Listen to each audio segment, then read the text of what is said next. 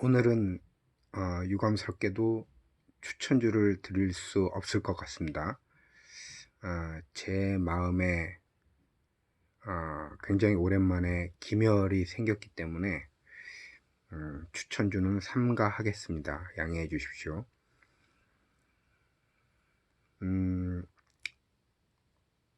공매도 재개가 5월 3일 있기 때문에 그렇지 않아도 추천주를 굉장히 보수적으로 더욱 신중히 선택해서 드리려고 했었는데 오늘 아침에 굉장히 오랫동안 기멸이 없고 일렁거림이 없었던 제 마음에 기멸이 생겨서 굉장히 조심하는 마음으로 추천주는 삼가하겠습니다.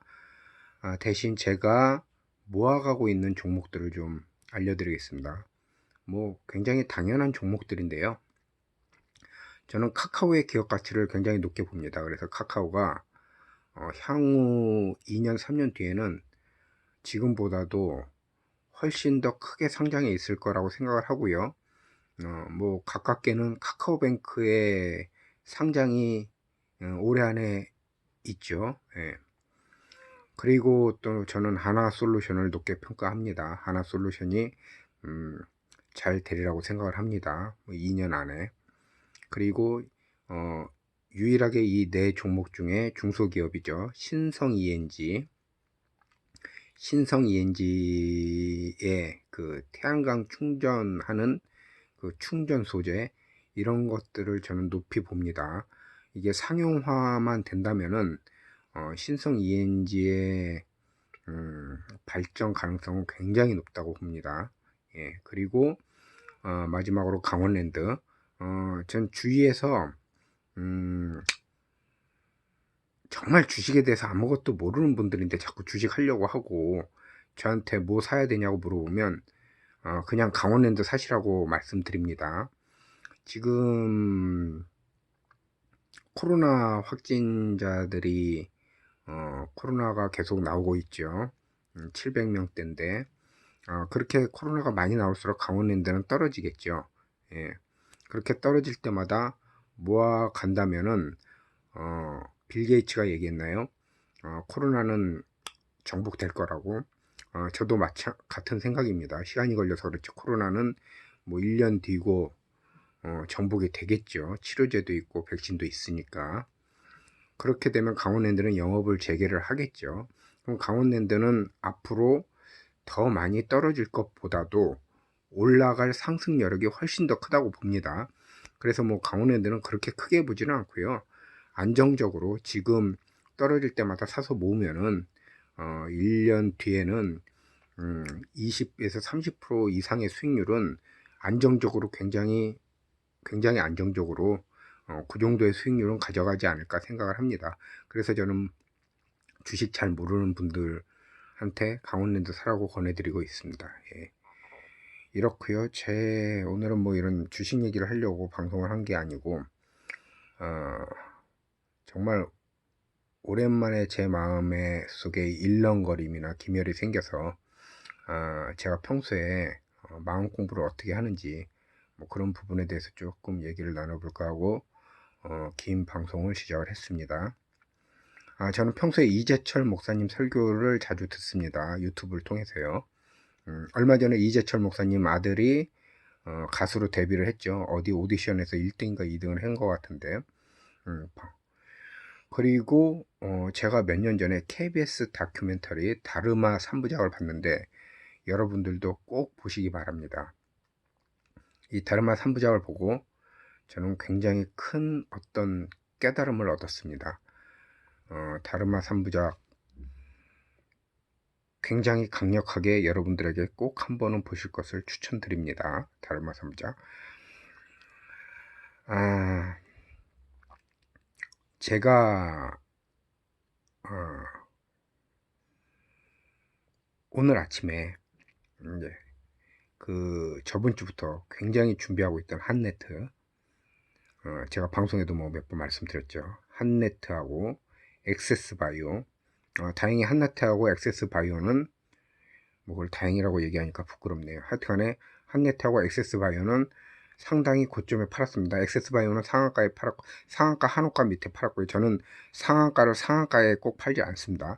상한가 내가 팔겠다고 마음 먹으면 오늘 이게 상한가를 간다, 상을 친다. 그러면 상한가에서 한호가 두호가 밑에서 걸어 둡니다. 확실하게 팔아 버리려고. 예, 그래서 액세스바이오를 저는 오늘 상한가에 팔았고요. 그리고 한네트도 1350원에 절반 팔고, 그리고 1800원인가에 또 나머지 다 팔아버렸습니다. 예. 한네트는 제 생각보다는 그렇게 상승세가 강하게 나오지는 않았어요. 뭐 아무래도 지수가 받침을 못해준 부분도 있고, 공매도 재개도 있고, 여러 가지 요인이 있었다고 생각을 합니다. 그런데 오늘 제가 그렇게 굉장히 초집중을 하고 있었던 이유는 제가 오늘 사서 오늘 파는 종목으로 동양철관의 단타를 굉장히 유심히 보고 있었습니다. 초집중을 해서. 그리고 신라섬유도 굉장히 초집중을 해서 보고 있었어요. 신라섬유 같은 건 여러분들은 절대 들어가시면 안 됩니다. 예. 그래서 신라섬유하고 동양철관을 초집중을 하면서 보고 있는데, 갑자기 저희 아버님이 뭐 전혀 중요하지 않은 일로 저를 부르셨어요. 예, 그래가지고 저는 70살 어머니와 80살 70살이 넘은 어머니와 80살이 넘은 아버지를 모시고, 두 분을 모시고 이제 세 명이서 한 집에서 같이 살고 있습니다. 예. 아버지가 갑자기 뭘 이렇게 물어보시고 뭘 저한테 요구를 하시고 정리를 해 줄 것을 부탁하셔서, 뭐 그거를 정리를 해드리고 아버지 얘기를 들으면서 그 아버지 얘기를 정리를 해드리는데, 습관적으로 예, 주식 화면을 봤더니 제가 한 100만원 정도를 놓치고 있었어요. 그때 갑자기 마음속에 지난 1년 동안 한 번도 일어서고 생기고 없어지고 하지 않았던 제 마음이 갑자기 생기고 없어지고 마음이 일렁거리기 시작했습니다. 그러니까 쉽게 얘기하면 좀 짜증이 났다는 얘기죠. 예. 그런데 뭐 돈 100만원보다 아버지가 훨씬 더 소중하죠. 뭐 당연히. 그런데 제가 갑자기 짜증이 났었던 거는, 지난 1년 동안 제가 굉장히 마음 공부를 하고 수련을 하면서 제 마음속에 일렁거림이 없었고 기멸이 없었는데, 고작 그 돈 100만원이 없어지는 그 순간을 보면서 제가 이것밖에 안 되는 그 수련이었나, 이것밖에 안 되는 깨우침이었나, 뭐 이런 거에서 이제 짜증이 오기 시작한 거죠. 그러면서 제 마음에 이제 기멸이 생기기 시작했습니다. 예, 그래서 이렇게 기멸이 있는 마음 상태로는 여러분에게 추천주를 드릴 수가 없고요. 예, 뭐 방송이 좀 길지만 그냥 재미있는 얘기 한 가지 해드리고 방송을 마치겠습니다. 우리 수련에는 여러 가지 방법이 있습니다. 수련에는 여러 가지 방법이 있는데, 저는 뭐 평소에 그렇게 막 목숨을 걸고 수련을 하는 사람은 아닙니다. 그리고 좀 우리나라에서 대표적으로 수련을 한다는 게 이제 까르투시오 수도회라는 데가 있고, 이제 불교에서는 무문관이라는 데가 있습니다. 무문관이라는 데가 있는 게 아니고 무문관 수련이라는 행위가 있죠. 3개월에서 3년 동안 방에 들어가서 나오지 않으면서 무건 수행을 합니다. 말을 전혀 하면 안 되고요. 예, 그리고 밥은 하루에 한 끼만 먹죠. 까르투시오 수도에도 밥은 하루에 한 끼만 먹고요. 무문관 수련도 중국은 하루에 2끼 먹는데 우리나라는 왜 하루에 한 끼 먹는지 그건 저는 모르겠어요. 하여튼 중국은 무문관 수련할 때 하루에 2끼 먹고요. 우리나라는 무문관 수련할 때 보통 하루에 한 끼 드시는데, 그 수행자분들, 그 스님들이죠. 무문관 수련에 들어간 스님들은 하루에 한 끼도, 석 달 수련을 들어가시는 분들, 석 달이나 1000일의 수련을 들어가시는 분들, 1000일은 3년이군요. 100일의 수련을 들어가시는 분들은 거의 드시질 않습니다. 예. 굉장히 뭐 밥 한 숟가락, 2숟가락에다가 뭐 이렇게 나물 몇 개, 그 정도 드시고 하루 수행을 하십니다. 근데 저는 그거를 이제 상당히 비과학적이라고 봐요. 왜냐하면 수련을 하려면은 수련도 머리로 하는 것입니다. 제 생각에는. 근데 이제 그렇게 드시면은 머리에 영양분이 공급이 안 되죠. 이건 어디까지나 제 개인적인 생각입니다. 예. 음. 오늘은 하여튼간에 그 까르투쇼 수도회라는 곳이 우리나라의 이제 경북 상주에 있습니다. 경북 상주에 남자 까르투쇼 수도회가 있고, 음성인가? 충청도 어디에 이제 여자 까르투쇼 수도회가 있는데, 이 까르투쇼 수도회는 이제, 저희가, 신부님들, 수사님들, 수녀님들, 어, 검은 옷을 입죠. 근데 이 까르투쇼 수도회는 흰 옷을 입습니다. 하얀 옷을 입어요. 흰 옷을 입고, 그리고, 어, 전부 다 그런 수련을 하는 것은 아니고, 봉쇄 수도사가 있습니다. 봉쇄 수도사. 그래가지고, 봉쇄 수사가 있어가지고, 그 수사님들 중에 이제, 신부님도 하시는지 모르겠는데, 하여튼 수사님들이 그 방에 들어가서, 봉쇄된 방에 들어가서 수련을 하시는 거죠. 하루에 한 끼 먹습니다. 하루에 한 끼 먹는데, 반찬이 없는 흰 쌀밥을 한 공기 먹든지 하루에, 아니면 빵 한 개를 먹습니다. 둘 중에 하나를 택해서 그것만 드시는 거예요. 그래가지고 지금 경북 상주에 있는 까르투시오 수도회에서는 한국 봉쇄수사분이 2분 있고, 모두 현재 6분인가 8분이 다른 분들은 외국 분들이죠. 그 분들이 그렇게 그 안에 들어가서 어떤 카톨릭적인 수련을 하고 계시는 거죠. 예, 그렇게 하고 있고, 불교에서는 이제 무문관 수련이 있습니다. 동안과 하안거도 있고 무문관 수련인데, 보통 석 달 수련을 하죠. 100일이나 석 달 수련을 하고 3년이나 1000일의 수련을 합니다. 예. 근데 이제 그 불교 무문관이 어디서부터 우리나라는 시작이 됐냐면은, 도봉산에 가면 천축사라는 곳이 있습니다. 옛날에 천축사에 무문관 수련이 있었는데, 이 무문관이 이제 뭐 인도나, 지금도 인도에서 제일 오래 하신 분이 제가 알기로 티베트 쪽 스님인데, 지금 11년, 12년 무문관 수련을 하고 계신 분이 있습니다. 방에 들어가서 나오질 않는 거죠. 근데 처음 들어가서 그렇게 12년 동안 안 나오신 건 아니고, 제가 알기로 3년, 3년, 3년 이렇게 3번 하신 걸로 알고 있어요. 예. 그 우리나라는 재선 스님이란 분이 계셨습니다. 재선 스님.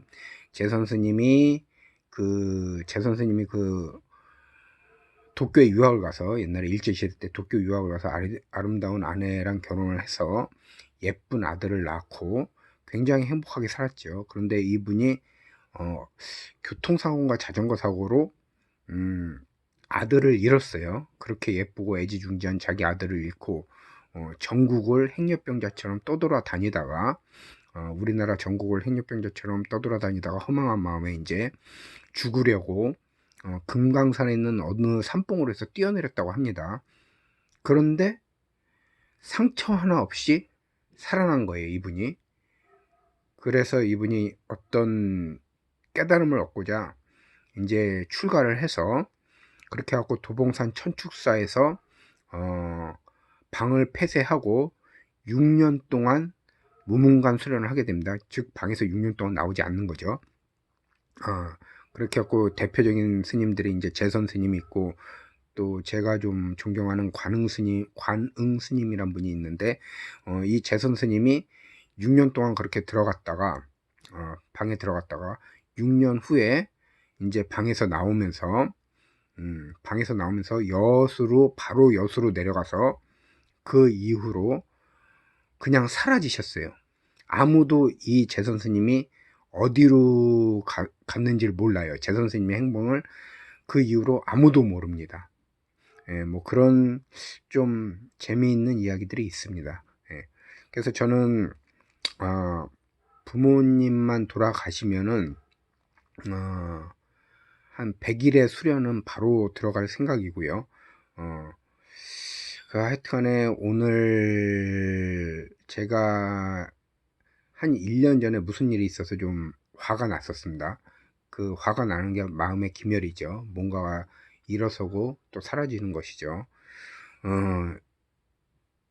스님들의 다비식, 그리고 꼭 스님이 아니더라도 기멸이 없는 분들의 죽음을 저는 몇 번 목도한 적이 있습니다. 기멸이 없는 생명체의 죽음은 전혀 가련하거나 불쌍하지가 않습니다.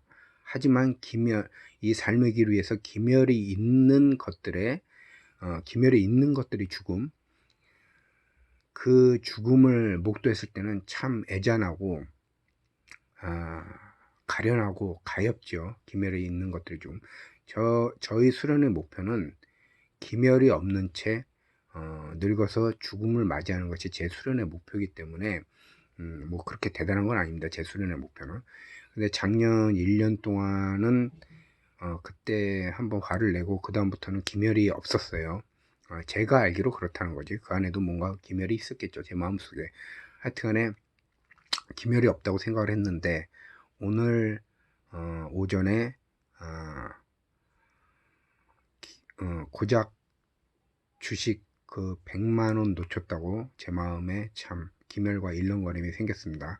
그래서 또 짜증도 좀 났고, 그렇게 해서 기멸이 뭐 지금은 또 기멸이 없다고 생각을 하지만 그래도 오늘 추천은 삼가를 하고, 이렇게 그냥 제가 평소에 품고 있는 생각과 그 KBS 다큐멘터리 다르마 3부작은 여러분들에게 꼭 추천해 드리고 싶어서 한번 이런 방송을 만들어 봤고 말씀을 드렸습니다. 예, 뭐 다 들어주신 분들에게는 상당히 감사하게 여기고, 제 방송이 그렇습니다. 제 방송이 그 도를 깨우치려고 무문관에 폐쇄된 방에 들어가는 스님들, 그렇게 100일씩 1000일씩 들어가는 스님들을 밥을 갖다 주는 분들이 있어요.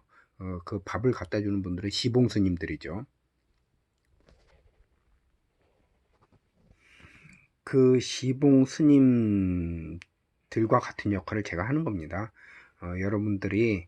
여러분들이 도를 깨우치시란 게 아니고, 여러분들이 좀 더 제 방송을 통해서 삶이 조금이나마 윤택해진다면 제가 여러분들의 그 시봉 노릇을 하는 것만으로도 저는 굉장히 제가 그런 역할이 저에게 주어졌다는 것에 대해서 굉장히 감사한 마음입니다. 예. 오늘 방송은 여기까지 하겠습니다.